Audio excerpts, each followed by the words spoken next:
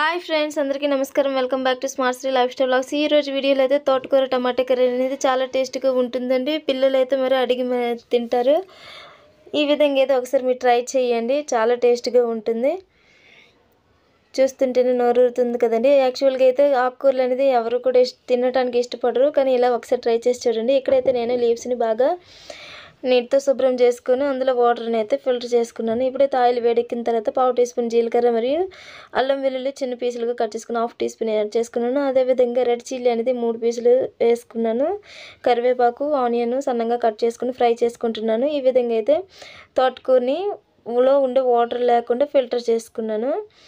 ఇప్పుడైతే ఈ తోటకూరని కూడా యాడ్ చేసుకుంటాను. ఆనియన్స్ అయితే ఫ్రై అయ్యాయి, ఈ తోటకూరని కూడా యాడ్ చేసుకుంటున్నాను.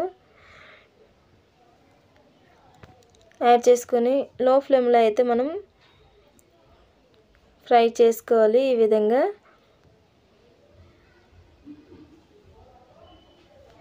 తోటకూర అనేది చాలా మంచిదండి, కంటికి కూడా చాలా మంచిది, హెల్తీగా ఉంటాము, కళ్ళు కూడా బాగా కనిపిస్తాయి అంటారు. ఆకుకూరలు తింటే బాగుంటుంది. ఇప్పుడైతే మూత పెట్టుకున్నాను.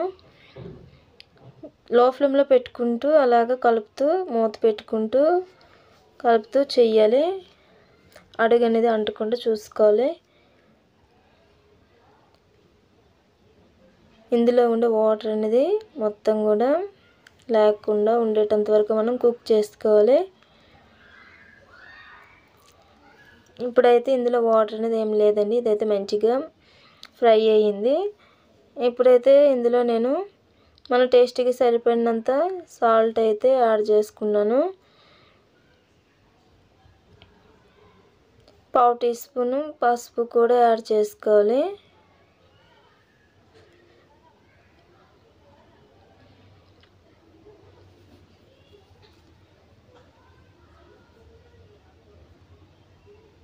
పావు టీ స్పూన్ పసుపుని యాడ్ చేసుకున్నాను. బాగా కలుపుకొని కొంచెం టైం అయితే మనం ఫ్రై అవ్వనివ్వాలి. సన్నంగా కట్ చేసుకున్న టమాటా పీసులను కూడా యాడ్ చేసుకోవాలి. ఒక టమాటాని అయితే పీసెస్గా కట్ చేసుకుని యాడ్ చేసుకున్నాను. వీటిని కూడా మంచిగా కలుపుకొని మనం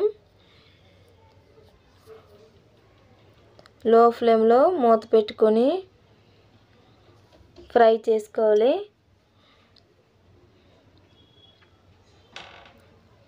ఈ విధంగా అయితే మనం మూత పెట్టుకొని మధ్య మధ్యన కలుపుతూ ఫ్రై చేసుకోవాలి.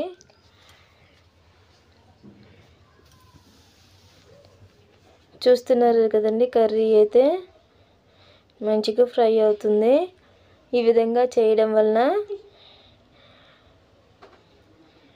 కర్రీ అనేది చాలా టేస్ట్గా ఉంటుందండి. పిల్లలు అడిగి మరీ తింటారు, అమ్మ తోటకూర టమాటా కర్రీ చెయ్యని, చాలా ఇష్టంగా తింటారు. ఈ విధంగా అయితే మీరు ట్రై చేయండి. ఇప్పుడైతే కొంచెము ధనియా పౌడర్ అయితే 1/2 టీ స్పూన్ యాడ్ చేసుకున్నాను. ఇది మీకు ఇష్టమైతే యాడ్ చేయండి, లేకపోతే స్కిప్ చేసేయండి. వేయకపోయినా కూడా కర్రీ అనేది చాలా టేస్ట్గా ఉంటుంది. తోటకూరకి ఎప్పుడైనా కూడా మనము ఎండుమిర్చి చేస్తే ఇంకా టేస్ట్ అనేది చాలా బాగుంటుంది. ఇప్పుడైతే కర్రీ అనేది మనకి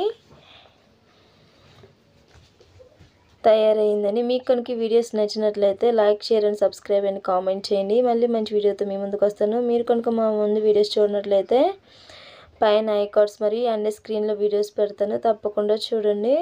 thank you for watching this video. Subscribe చేయడం అయితే మాత్రం మర్చిపోవద్దు. Thank you for watching.